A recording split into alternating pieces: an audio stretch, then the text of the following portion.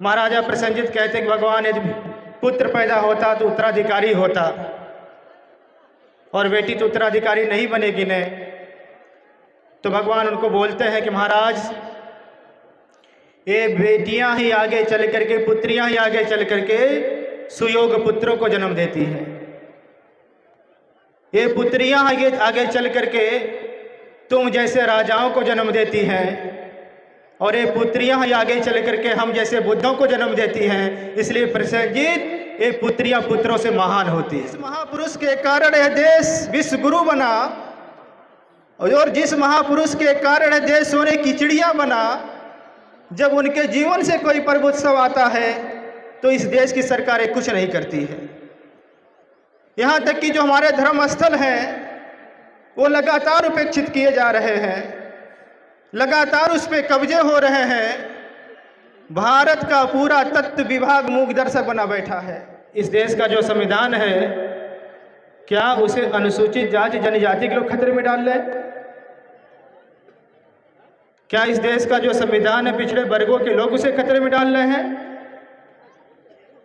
क्या इस देश का जो संविधान है, धार्मिक अल्पसंख्यक लोग उसे खतरे में डाल रहे हैं? आखिर इस देश का संविधान खतरे में कौन डाल रहा है?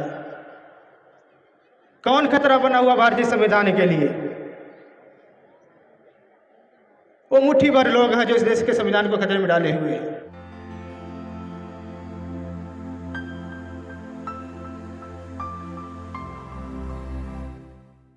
भिक्खु चंद्रमा आए हैं, भिक्खु संघ आए हैं, भारतीय संविधान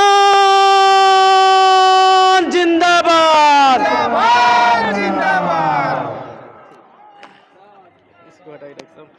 नमो तस्स भगवतो अरहतो सम्मा संबुद्धस्स। नमो तस्स भगवतो अरहतो सम्मा संबुद्धस्स। नमो तस्स भगवतो अरहतो सम्मा संबुद्धस्स। महाकारुणिक तथागत भगवान बुद्ध, धम्मराजा सम्राट अशोक तथा परम पूज्य बोधिसत्व बाबा साहब डॉक्टर अम्बेडकर के प्रति हार्दिक कृतज्ञता ज्ञापित करता हूँ। साथ ही साथ इस देश में जन्मे उन सभी संतों, गुरुओं, महापुरुषों को जिन्होंने देश में समता मूलक समाज की स्थापना में अपना योगदान दिया, उन्हें भी श्रद्धा का सुमन अर्पित करता हूँ। मंचासीन परम पूज्य भिक्खु संघ और इस जनपद स्तरीय धम्म महासम्मेलन में आए हुए आप सभी उपासक उपासिकाओं को मंगल कामना देता हूँ। मैं बहुत आभारी हूँ आजमगढ़ के इस क्रांति भूमि का, इस महान भूमि का, जिन्होंने पूरे देश में मिशन और मोमेंट बढ़ाने के बाद धम्म क्रांति को बढ़ाने में लगी हुई है। मैं बहुत सारे जिलों में जाता रहता हूँ, पूरे देश में जाता रहता हूँ। मैं एक बात लगभग सभी जगहों पे कहता हूँ, देश के कोने कोने में कहता हूँ। देश में बहुत सारे ज़िले हैं, बहुत सारे ज़िलों के बहुत सारे लोग काम करते हैं, लेकिन आजमगढ़ जैसा ज़िला पूरे देश में नहीं है, और आजम जैसे लोग पूरे देश में कहीं काम नहीं करते हैं। आजमगढ़ का जो मिशनरी भाव है, आजमगढ़ का जो समर्पण है, आजमगढ़ का जो त्याग है, वह देश के किसी भी जिले में नहीं दिखाई देता है। और पिछले साल हमने सारनाथ से श्रावस्ती की पदयात्रा किया था। उस पदयात्रा के क्रम में आजमगढ़ हमारे ज़िले में आया हुआ, हमारे यात्रा में आया हुआ था। और आजमगढ़ आते ही आते हमारी धम्मचारिका धम्म क्रांति यात्रा में बदल गई थी। उसके बाद हम लोगों ने निर्णय लिया कि जिन जिन जिलों में धम्मचारिका समाप्त हो चुकी है, अब उन जिलों में धम्म सम्मेलन करना है। तो उस धम्म सम्मेलन की शुरुआत मैं सोच रहा था कहाँ से करूं। मैं बहुत दिनों तक इसके बारे में चिंतन कर रहा था।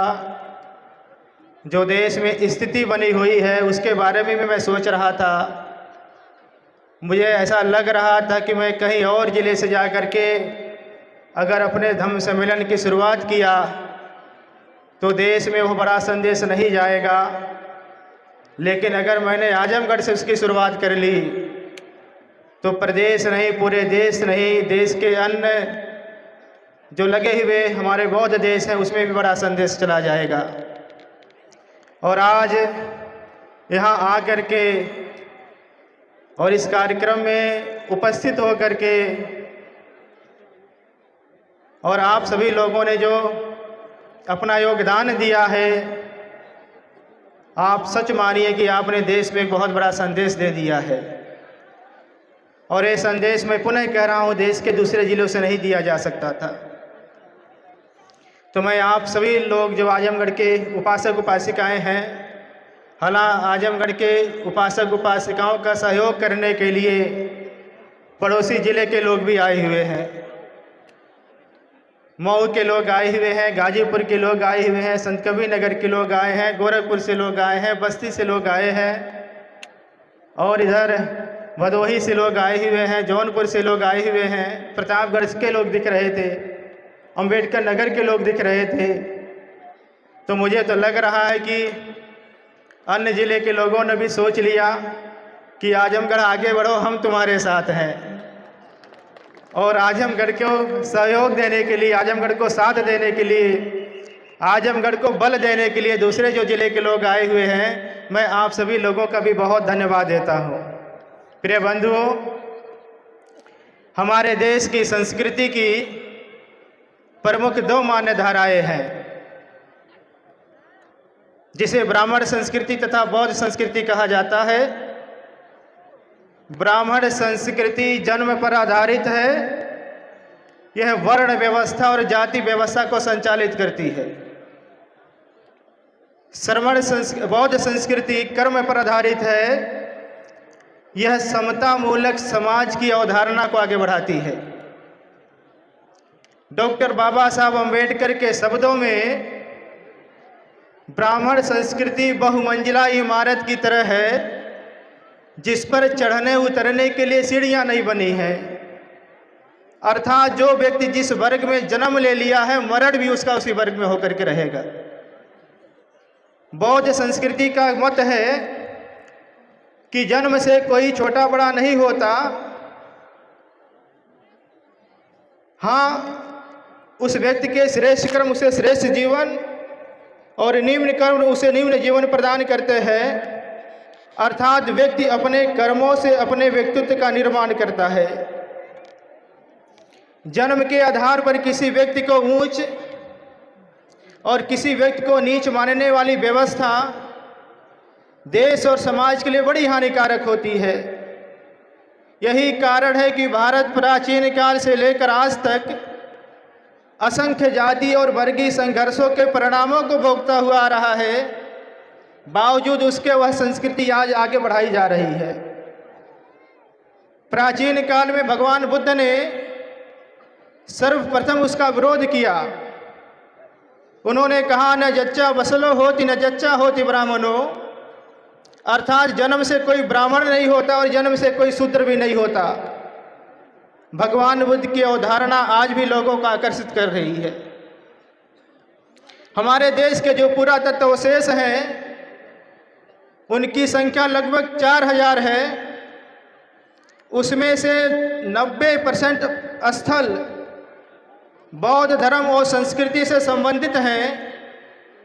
कहने का तात्पर्य इतना है कि शताब्दियों तक इस देश में बौद्ध धर्म और संस्कृति का प्रभुत्व रहा, जिसे बौद्ध राजाओं और श्रद्धालु कुलपुत्रों ने समृद्ध बनाया था। समस्त भारतवर्ष खुशहाल था। हर जगह शील समाधि और प्रज्ञा का अभ्यास होता था। लोग एक दूसरे के साथ करुणा और मैत्री का व्यवहार करते थे। ये भारतवर्ष सोने की चिड़िया कहा जाता था। महाराजा अशोक के शासन के बाद इस देश में पुष्यमित्र शुंग नामक दुष्ट और धोखेबाज राजा का उदय हुआ। उसने अपने मंत्रियों से पूछा, अपने सलाहकारों से पूछा कि इस देश में महाराजा अशोक का बड़ा सम्मान होता है, देश महाराजा अशोक का बड़ा सम्मान करता है, मैं ऐसा क्या करूं कि मैं अशोक के साथ याद किया जाऊं। उसके लोगों ने सलाह दिया कि महाराजा अशोक बौद्ध प्रचारक होने की वजह से, बुद्ध का अनुयायी होने की वजह से देश में स्तूप, शिलालेख, स्तंभ आदि का निर्माण कराने की वजह से जाने जाते हैं, माने जाते हैं, उनका सम्मान होता है। अशोक ने जिन स्मारकों को बनाया आप उसे तोड़वा दो। जब इस देश में बनाने वाले का नाम होगा तो तोड़ने वाले का भी नाम होगा। पुष्यमित्र शुंग ने अपने सलाहकारों की बात मान करके अशोक द्वारा बनाए गए सारे स्तूप, शिलालेख, धम्म स्तंभ ध्वंसित करवाना शुरू कर दिया। भारी मात्रा में भिक्षुओं का कत्लेआम करवाना शुरू कर दिया। जो लोग बच गए किन्हीं कारणों से विदेश भाग गए। इस प्रकार इस देश में सदम का पूरी तरीके से लोप हो गया।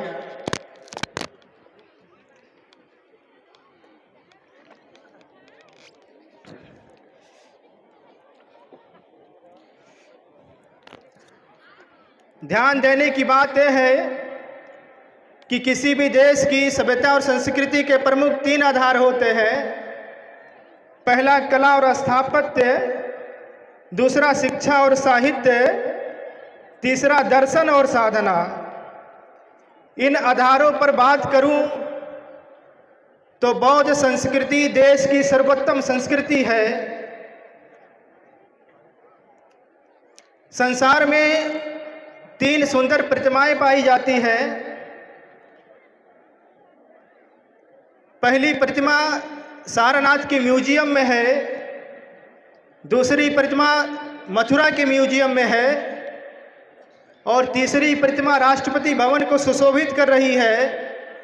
आपको जानकर के आश्चर्य होगा, आपको जानकर के प्रसन्नता होगी कि यह तीनों प्रतिमाएं तथागत बुद्ध की हैं। इसी प्रकार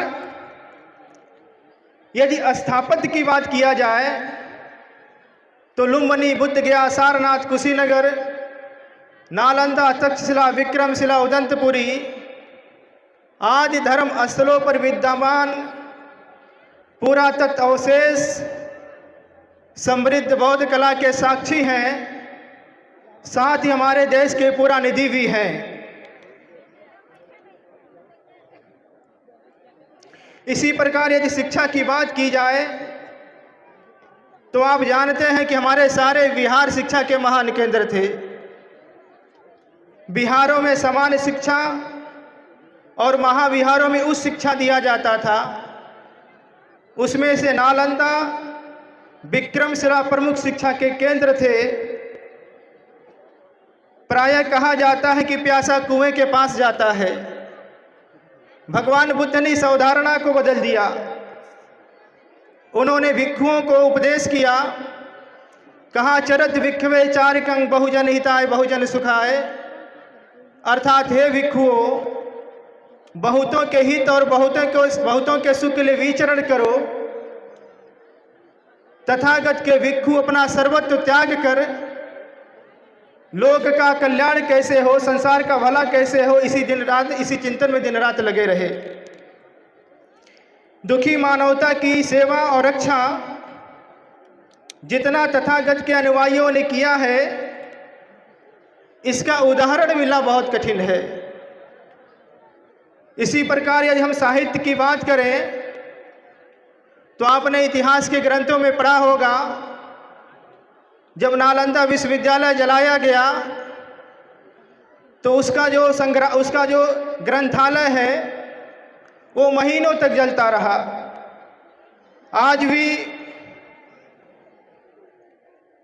चीनी साहित्य में जो बौद्ध ग्रंथों के अनुवाद उपलब्ध हैं, उसे यदि भारत के किसी भी भाषा में रूपांतरित कर दिया जाए तो वह करोड़ों पृष्ठों में समाहित हो पाएंगे। ऐसे ही बहुत सारे तत्वबोधक ग्रंथ उपलब्ध हैं जिनकी तुलना संसार के किसी भी ग्रंथ से नहीं की जा सकती है। इसी प्रकार यदि हम दर्शन की बात करें तो जितनी ऊंचाई पर बौद्ध दर्शन पहुंचा है, भारत का कोई भी दर्शन उसकी कल्पना तक नहीं कर सकता है। यह बात यहाँ के शासकों को, यहाँ के उद्योगपतियों को पता है। इसलिए जब वो विदेशों में जाते हैं तो भगवान बुद्ध की मूर्ति अपने सर पर रख के जाते हैं और विदेशों में जाकर कहते हैं, मेरा बड़ा सौभाग्य है कि मैं बुद्ध की धरती से आया हूँ। कहते हैं कि भारत ने संसार को युद्ध नहीं बुद्ध दिया है और मेरा बड़ा सौभाग्य मैं उसी धरती पर पैदा हुआ हूँ। लेकिन जब वह शासक और उद्योगपति जैसे लोग जब इस देश में वापस आ जाते हैं तो भगवान बुद्ध को भूल जाते हैं और भगवान बुद्ध के धर्म की उपेक्षा करने लगते हैं।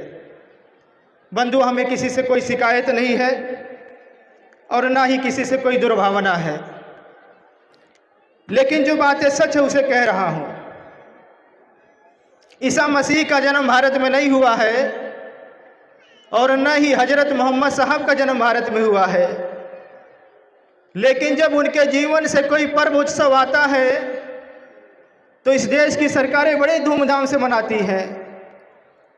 लेकिन जिस महापुरुष ने भारत में जन्म लिया, जिस महापुरुष ने भारत में ज्ञान प्राप्त किया, जिस महापुरुष ने भारत में प्रथम उपदेश किया, जिस महापुरुष ने लगातार 45 वर्षों तक लोक कल्याण का जीवन व्यतीत कर कुशीनगर के भूमि पर महापरिनिर्वाण को प्राप्त कर लिया, जिस महापुरुष के कारण यह देश विश्व गुरु बना और जिस महापुरुष के कारण यह देश सोने की चिड़िया बना, जब उनके जीवन से कोई पर्व उत्सव आता है तो इस देश की सरकारें कुछ नहीं करती है।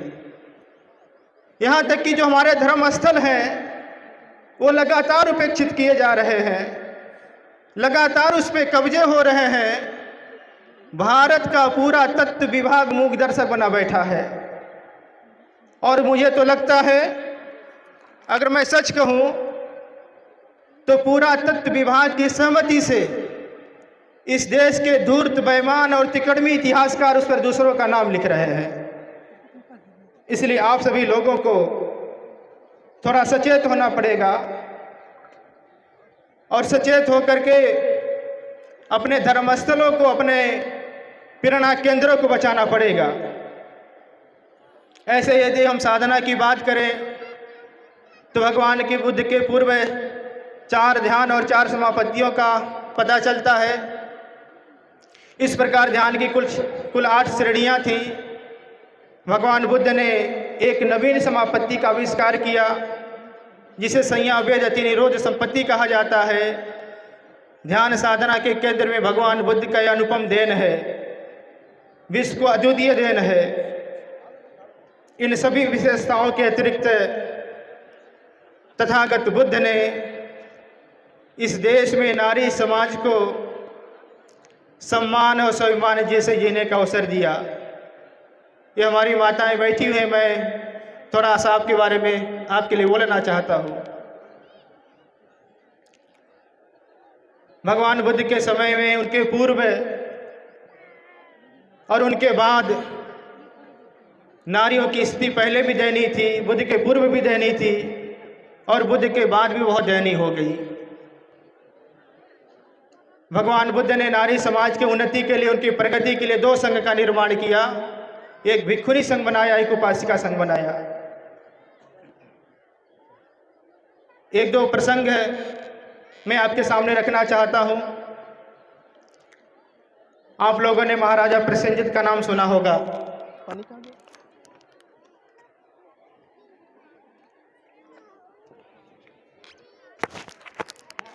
महाराजा प्रसेनजित भगवान बुद्ध के बहुत बड़े अनुयायी थे। भगवान बुद्ध की देशना सुनने के लिए उनके पास गए हुए थे। भगवान बुद्ध की देशना चल रही थी और बैठ कर देशना सुन रहे थे। उसी समय उनके मंत्री ने आकर के उनको सूचना दिया, कहा महाराज महारानी ने पुत्री को जन्म दिया है। महाराजा ने जब सुना कि महारानी ने पुत्री को जन्म दिया है तो महाराजा प्रसेनजीत उदास हो जाते हैं, निराश हो जाते हैं और वो सर लटका करके धम्म सभा में बैठे हुए हैं।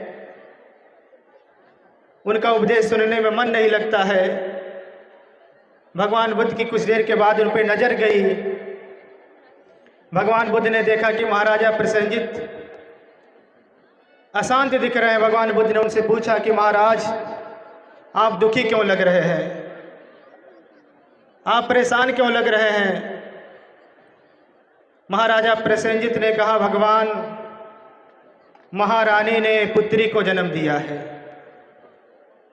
भगवान बुद्ध ने इतना सुनकर के महाराजा प्रसेनजीत को डांट लगा देते हैं। भगवान ने कहा कि महाराज इसमें उदास होने की कहाँ बात आ गई, कहा कि इसमें निराश होने की कहाँ बात आ गई। महाराजा प्रसेनजीत कहते कि भगवान यदि पुत्र पैदा होता तो उत्तराधिकारी होता और बेटी तो उत्तराधिकारी नहीं बनेगी ने। तो भगवान उनको बोलते हैं कि महाराज ये बेटियां ही आगे चल करके, पुत्रियां ही आगे चल करके सुयोग पुत्रों को जन्म देती हैं। ये पुत्रियां आगे चल करके तुम जैसे राजाओं को जन्म देती हैं और ये पुत्रियां ही आगे चल करके हम जैसे बुद्धों को जन्म देती हैं। इसलिए प्रसेनजीत ये पुत्रियां पुत्रों से महान होती हैं। भगवान बुद्ध ने आज के 2500 वर्ष पहले कहा कि पुत्रियां पुत्रों से महान होती हैं। एक वृतांत और बहुत मुझे आकर्षित करता है। आप लोगों ने आम्रपाली का नाम सुना होगा। आम्रपाली वैशाली की रहने वाली थी। भगवान बुद्ध वैशाली गए और आम्रपाली के विहार में रुके, आम्रवन में रुके हुए थे। जब आम्रपाली को पता चला कि भगवान हमारे आम्रवन में रुके हुए हैं, आम्रपाली भगवान से मिलने गई। भगवान ने उन्हें उपदेश किया। आम्रपाली बहुत प्रसन्न होती हैं। भगवान से कहती भगवान कल आप मेरा भोजन स्वीकार कर लीजिए। भगवान बुद्ध ने आम्रपाली का भोजन स्वीकार कर लिया। आम्रपाली भगवान को आमंत्रण देकर के वापस आ रही थी। उधर वैशाली की लिच्छवियों को, राजकुमारों को जब पता चला कि भगवान वैशाली में रुके हुए हैं, वो भी भगवान के पास गए और भगवान से कहा कि भगवान कल हमारा भोजन करिए।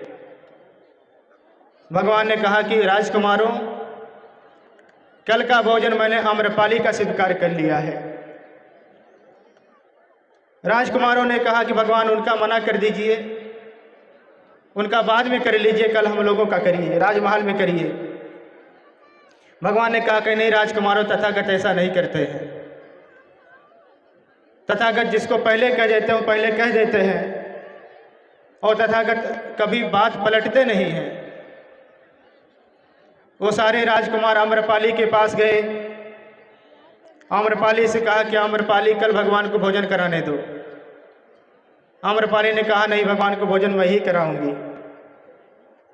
राजकुमारों ने कहा आम्रपाली भगवान को भोजन कराने दो, बदले में तुम जितना चाहो धन संपत्ति ले लो, जितना चाहो मुद्राएं ले लो, लेकिन कल भगवान को भोजन कराने दो। आम्रपाली ने राजकुमारों की बात सुन करके कहा राजकुमारों, भगवान को भोजन कराने के बदले में यदि तुम मेरे पैरों में सारा वैशाली भी रख दो तो भी मैं भगवान को भोजन कराने का अवसर नहीं हासिल जाने दूंगी। अब आप सोचिए, आम्रपाली में यह स्वाभिमान किसने पैदा किया? तथागत बुद्ध ने यह स्वाभिमान पैदा किया। एक मुझे और वृतांत याद आ रहा है। एक चंडाल कुल की कन्या लड़की जिसका नाम प्रकृत था, वो भी खूनी बन गई। उस समय महिलाओं को प्रवज्ञा का अधिकार नहीं था, धर्म साधना का अधिकार नहीं था। और ऊपर से चंडाल कुन की, एक तो करेला ऊपर से नीम पर चढ़ा। जब वो प्रवज्जित होती है तो भारत का जो घड़ी है वो उल्टा घूम जाती है। सारे धर्म के ठेकेदार महाराजा प्रसेनजीत के पास जाते हैं, कहते हैं महाराज बड़ा अन्याय हो रहा है, धर्म की दीवारें तथागत बुद्ध गिरा रहे हैं, आप उनको समझाइए, उनसे बात करिए, उनसे बात करनी पड़ेगी। और वो सारे लोग प्रसेनजीत के साथ भगवान बुद्ध के पास आ गए। भगवान का उन्होंने घेराव कर लिया। भगवान ने उन्हें उपदेश दे करके शांत किया और वो वापस चले गए। भगवान ने प्रकृति को अपने पास बुलाया, कहा बेटी मैं मानता हूं कि तुम चंडाल कुल में पैदा हुई हो और मैं ये मानता हूं कि उसमें तुम्हारा कोई दोष नहीं है। कहा कि लेकिन आगे चल करके अपने ज्ञान से, अपने साधना से तुम इतना ऊंचे उठ जाओ, इतनी आगे बढ़ जाओ कि लोग जो कल आज तक तुम्हारा विरोध कर रहे हैं, कल तुम्हारे पास आकर के तुम्हारे चरणों में अपना सर रख दे। और प्रकृति ने किया भी ऐसे ही। भगवान का जो बताया हुआ मार्ग था उसने गांठ बांध लिया और कुछ ही दिन में ज्ञान और ध्यान की जो सर्वोत्तम अवस्था होती है वो प्राप्त कर गई। एक दिन उसका उपदेश चल रहा था, शाम का समय था, हजारों लोग उपदेश सुन रहे थे। भगवान बुद्ध उधर से गुजर रहे थे। उन्होंने भंते आनंद से कहा कि आनंद किसकी परिषद है? तो भंते आनंद ने कहा भगवान ये प्रकृति की परिषद है, उसकी सभा है। भगवान ने कहा कि देखो आनंद, हमारे धर्म में कोई जाति से नहीं बल्कि ज्ञान से बड़ा माना जाएगा। और कहा कि देखो ये प्रकृति ये हमारी पुत्री है, ये बुद्ध पुत्री है। तो भगवान बुद्ध ने महिलाओं को अपनी पुत्री तक कह दिया। महाराजा अशोक के एक समय का घटना है। ये बौद्ध धर्म या बुद्ध की शिक्षाएं कितनी महान मैं आपको बताना चाहता हूँ। बौद्ध बन जाने के बाद महाराजा अशोक दिन प्रतिदिन बुद्ध धर्म के प्रति बहुत श्रद्धालु होते जा रहे थे, बहुत विनम्र होते जा रहे थे। जब उन्हें कहीं कोई भिक्षु दिखे, भिक्षुओं के चरणों पे अपना सर रख देते थे। एक दिन ऐसे हुआ कि कोई भिक्षु जा रहे थे, महाराजा अशोक ने देख लिया, उनके पास गए और उनके सर पे, उनके चरण पे, उनके पैर पर अपना सर रख दिया। ये बात उनके एक मंत्री को बुरी लग गई। उन्होंने महाराजा अशोक से कहा कि महाराज अशोक अच्छा नहीं लगता है, महाराज ये अच्छा नहीं लगता है कि आप हर वर्गों के भिक्षुओं की चरण वंदना करते हैं। तो महाराज अशोक कुछ नहीं बोलते हैं। जो महान लोग होते हैं तुरंत प्रतिक्रिया नहीं देते हैं। महाराजा अशोक एक दिन धर्म सभा बुलाते हैं। धर्म सभा में उन्होंने अपने सारे मंत्रियों को बुलाया है और सारे लोगों को आदेश दिया, कहा कि सब लोग जाकर के पशुओं का सर लेकर के आए, कोई मनुष्य का सर लेकर के आए। उसके सब मंत्री जाकर के विभिन्न प्रकार के पशुओं का सर लेकर के आ गए। और जिस मंत्री ने प्रणाम करने के लिए अशोक से रोका था, उसको कहा कि तुम मनुष्य का सर जाकर के लेकर के आओ। वो जाकर के मनुष्य का सर लेकर के आ गया। महाराजा अशोक ने कहा इसको जाकर के बेच करके आओ। उसके सारे जो मंत्री थे पशुओं का सर ले गए, बाजार में बिक गया। आज भी पशुओं का सर बिकता है। आप लोग बकरा का सर बिकते हुए देखे हैं ना, बैल का देखे हैं ना। उस समय भी पशुओं का सर लोग खाते थे, बिक गया। जो व्यक्ति, जो मंत्री मनुष्य का सर लेकर के आया था, जब वो नगरों में गया सर बेचने मनुष्य का, सारे लोगों ने अपने दरवाजे बंद कर लिए और सारे लोगों ने उसे भगाना शुरू कर दिया। वह मंत्री वापस आता है, कहता महाराज ये नहीं बिकता है। महाराज कहते अच्छा वापस जाओ, किसी को फ्री में दे करके आ जाओ, इसे कोई शुल्क मत लेना किसी से। फिर वापस गया मनुष्य का सर लेकर के, लोगों से कह रहा इसे आप रख लीजिए, मुझे पैसा मत दीजिए। सारे लोगों ने फिर उसे दोबारा भगा दिया, फिर अपने दरवाजे बंद कर लिए। वह मंत्री आकर के महाराजा अशोक से कहता है कि महाराज इस सर को कोई फ्री में भी नहीं ले रहा, मुफ्त में भी नहीं ले रहा है। महाराजा अशोक कहते देख मंत्री, मनुष्यों का सर पशुओं से भी गया गुजरा है। कह रहे तथागत बुद्ध ने अपने भिक्षुओं को अपने उपदेशों से बहुत पवित्र बनाया हुआ है। तथागत के भिक्षु बड़े महान हैं, वह दिन रात कुशल चित्त में लगे रहते हैं, लोक कल्याण में लगे रहते हैं, इसलिए तथागत के भिक्षुओं का सम्मान होना चाहिए। आप सोचिए कि बुद्ध का धर्म कितना महान है। बाबा साहब डॉक्टर अंबेडकर को ये सारे बातें बहुत प्रभावित कर रही थी, इसलिए बाबा साहब डॉक्टर अंबेडकर ने कहा था जो मैं चीज़ें ढूंढ रहा तो मुझे मिल गई। और उन्होंने नागपुर की पावन धरती पर 14 अक्टूबर का सन 56 का दिन था, इस देश में जाति व्यवस्था और वर्ण व्यवस्था के शिकार लोगों के साथ, लाखों लोगों के साथ बुद्ध धर्म स्वीकार कर लिया। और बाबा साहब ने कहा कि मैं बचा हुआ जीवन बुद्ध धर्म की सेवा में लगाऊंगा। बाबा साहब ने नागपुर में भी कहा यदि मैं कुछ दिनों तक जीवित रह गया तो देश को बौद्धमय कर दूंगा, देश को बौद्धमय बनाऊंगा। हालांकि बाबा साहब बचे नहीं। बाबा साहब 2-3 महीनों के बाद हमारे बीच में चले गए। यदि बाबा साहब होते तो यह देश बौद्धमय होता। अब आप बाबा साहब के पुत्र हैं न, अब बाबा साहब की पुत्रियां बैठी हुई हैं, बाबा साहब के लोग बैठे हुए हैं। अब आप मुझे इतना बताइए, बाबा साहब नहीं हैं, बाबा साहब होते तो देश बुद्धमय होता, और अगर बाबा साहब नहीं है तो क्या बुद्धमय नहीं होना चाहिए? देश में बुद्धमय होना चाहिए न। और ये जिम्मेदारी किसकी है? ये जिम्मेदारी हम सबकी है। ये जिम्मेदारी केवल बंदे चंद्रमा की नहीं है, ये जिम्मेदारी केवल भिक्षु संघ की नहीं है, यह जिम्मेदारी बाबा साहब डॉक्टर अंबेडकर में श्रद्धा विश्वास रखने वाले, उनको प्रेम करने वाले हर लोगों की है। और बाबा साहब ने बहुत स्पष्ट कहा, बुद्ध धर्म के कारण ये दुनिया, ये संसार युद्ध से दूर जाएगा और बुद्ध के करीब आएगा। तो बाबा साहब डॉक्टर अंबेडकर के सपनों का भारत बनाने के लिए पूरब से कार्य प्रारंभ हुआ है।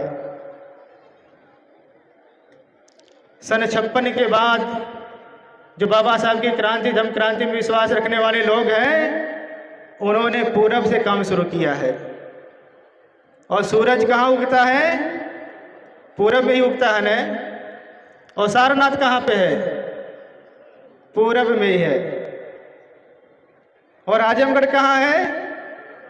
पूरब में ही है।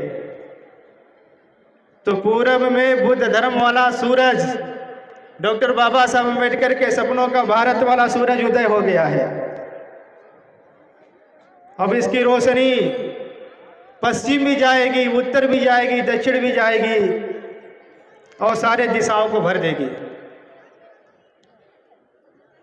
और मैं बार बार लोगों से कहता हूं, मैं जिस भी सभा में जाता हूं, मैं बार बार लोगों से कहता हूं, देखिए आप तभी मरेंगे जब आप चाहेंगे,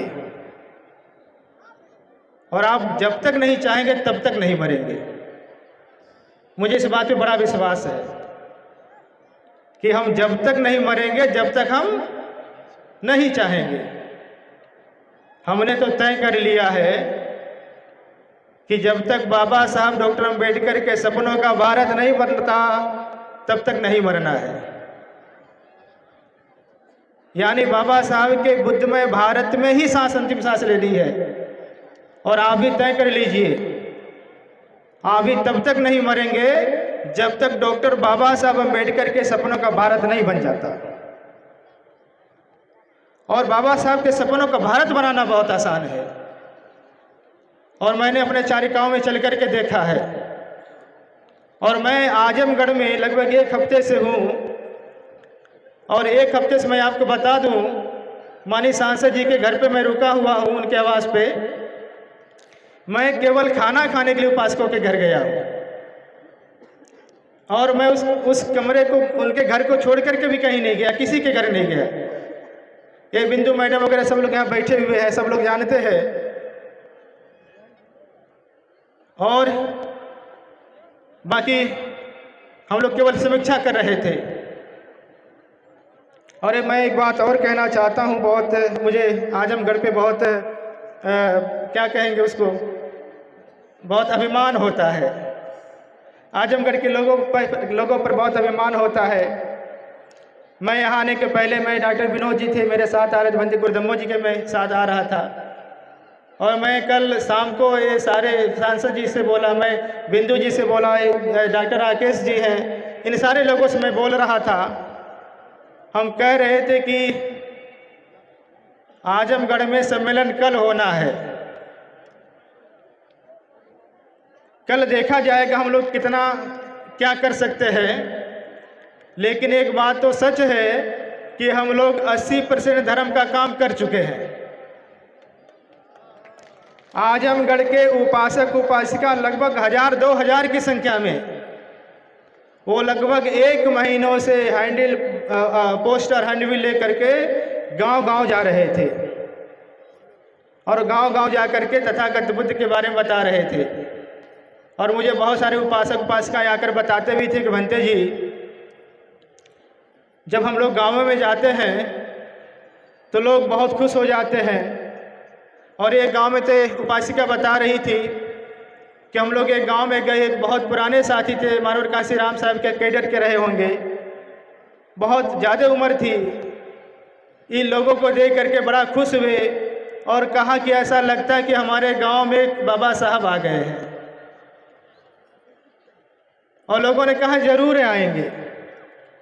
और इन लोगों को फ़ोन कर करके बोल रहे थे कि हम 2-4 गांव के यहाँ इकट्ठे लोग हैं, आप लोग कब आ रहे हैं अपनी बात रखने के लिए। तो लोग इस तरह से इंतज़ार कर रहे थे उपासक उपासिकाओं का। तो हमारे उपासक उपासिका हजारों लोग आजमगढ़ के हजारों गांव में जा कर के वो धम्म प्रचार कर आए थे। तो आज मैं भंते जी से बैठकर बात कर रहा था। भंते जी ने से कहा कि आप इस सैलाब को किस रूप में देखते हैं। तो भंते जी ने कहा कि आप लोगों का जो काम है वो हो गया, जो देश में संदेश जाना तो चला गया। तो बंधुओं, मैं पूरे देश में जाता रहता हूँ, मैं पूरे देश में देख रहा हूँ कि आज देश का कोई भी जिला नहीं है, आज देश का कोई भी राज्य नहीं है, उन राज्यों के कोई भी मंडल नहीं है, उन राज्यों में कोई जिले नहीं है, कोई तहसील नहीं है, कोई ब्लॉक नहीं है, यहाँ तक कि कोई ग्राम सभा नहीं है। और अगर मैं कहूँ तो अब इस देश में कोई गांव भी नहीं बचा है जहाँ तथागत बुद्ध और बाबा साहब के अनुयायी न रहते हो। आज आज बाबा साहब के अनुयायी आज इस देश में प्रधान से लेकर के राष्ट्रपति तक बन चुके हैं। आज बाबा साहब डॉक्टर अम्बेडकर के अनुयायी प्राइमरी से लेकर के विश्वविद्यालय में अध्यापन का काम कर रहे हैं। केवल अध्यापन का ही काम नहीं कर रहे हैं, बल्कि उनके अपने वाइस चांसलर हैं। आज डॉक्टर बाबा साहब अम्बेडकर के अनुयायी इस देश में लाखों की संख्या में डॉक्टर है। आज डॉक्टर बाबा साहब अम्बेडकर की अनुयायी इस देश में लाखों की संख्या में इंजीनियर है। आज डॉक्टर बाबा साहब अम्बेडकर की अनुयायी इस देश में लाखों की संख्या में राजनेता पैदा कर चुके हैं। आज डॉक्टर बाबा साहब अम्बेडकर के अनुयायी लाखों की संख्या में कर्मचारी से लेकर के बहुत बड़े प्रशासनिक स्तरों पे जा करके राष्ट्र सेवा कर रहे हैं, राष्ट्र निर्माण में अपना योगदान दे रहे हैं। और आज डॉक्टर बाबा साहब अम्बेडकर के अनुयायी दुनिया का कोई भी विश्वविद्यालय नहीं होगा जहां जाकर के अध्ययन कर रहे हो। तो हमारा जो भविष्य बहुत अच्छा है और हमारे पास तो सब कुछ ऐतिहासिक है। हमको कुछ भी जबरदस्ती प्रमाणित करने की भी जरूरत नहीं है। तथागत बुद्ध का जन्म ऐतिहासिक है, उनका ज्ञान प्राप्ति ऐतिहासिक है, उनका प्रथम उपदेश स्थल ऐतिहासिक है, उनका महापरिनिर्वाण की घटना ऐतिहासिक है। भगवान बुद्ध पौराणिक नहीं है, भगवान बुद्ध ऐतिहासिक है। और देश में पौराणिक चीजों को ही ऐतिहासिक बनाने की कोशिश की जा रही है। देश बहुत गलत दिशा में जा रहा है। जो इतिहास नहीं है देश का, ऐतिहासिक सत्यता नहीं है, जो उसको जबरदस्ती ऐतिहासिक बनाने की कोशिश की जा रही है। और मैं आपसे कहना चाहता हूं, तथागत बुद्ध ऐतिहासिक है, महाराजा अशोक ऐतिहासिक है, डॉक्टर बाबा साहब अम्बेडकर ऐतिहासिक हैं। अगर हम सच्ची बातों को लेकर के, ऐतिहासिक बातों को लेकर के देश में गए तो देश में बहुत सारे लोग हैं जो जाति व्यवस्था में विश्वास नहीं रखते हैं। देश के हर जाति में लोग हैं जो सांप्रदायिकता में विश्वास नहीं रखते हैं। देश में हर जाति के लोग, बहुत सारे जातियों में लोग हैं जो तथागत बुद्ध के उद्देश्यों पर चलना चाहते हैं। निश्चित तौर से बहुत परिवर्तन होने को आएगा। और मैं अपनी अंतिम बात करूं, अंतिम बात मेरी ये है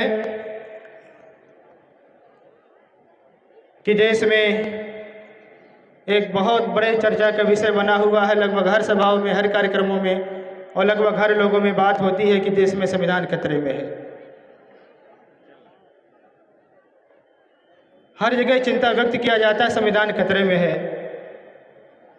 तो मैं आप लोगों से पूछना चाहता हूँ, आप बताइए, इस देश का जो संविधान है क्या उसे अनुसूचित जाति जनजाति के लोग खतरे में डाल रहे हैं? क्या इस देश का जो संविधान है पिछड़े वर्गों के लोग उसे खतरे में डाल रहे हैं? क्या इस देश का जो संविधान है धार्मिक अल्पसंख्यक लोग उसे खतरे में डाल रहे हैं? आखिर इस देश का संविधान खतरे में कौन डाल रहा है? कौन खतरा बना हुआ भारतीय संविधान के लिए? वो मुट्ठी भर लोग हैं जो इस देश के संविधान को खतरे में डाले हुए हैं, जिसके संविधान के लिए खतरा बने हुए हैं। और मैं बार बार एक बात कहता हूं, जो लोग संविधान खतरे में डाल रहे हैं ना, उनकी धर्म संस्कृति को, उनकी परंपराओं को, उनके त्योहारों को जिस दिन आपने छोड़ दिया, वो संविधान को खतरे में डालने लायक नहीं रह जाएंगे, वो अल्पसंख्यक हो जाएंगे। वो अपने पैर पे खड़े होने लायक भी नहीं रह जाएंगे। तो यदि आप संविधान बचाना चाहते हैं तो जो लोग संविधान खतरे में डाल रहे हैं उनकी परंपराओं को छोड़ दीजिए, उनके व्रत त्योहारों को छोड़ दीजिए। और बाबा साहब डॉक्टर अम्बेडकर ने नागपुर के भाषण में कहा था कि हमारे पुरखे बौद्ध रहे हैं, हम नागवंशी लोग हैं।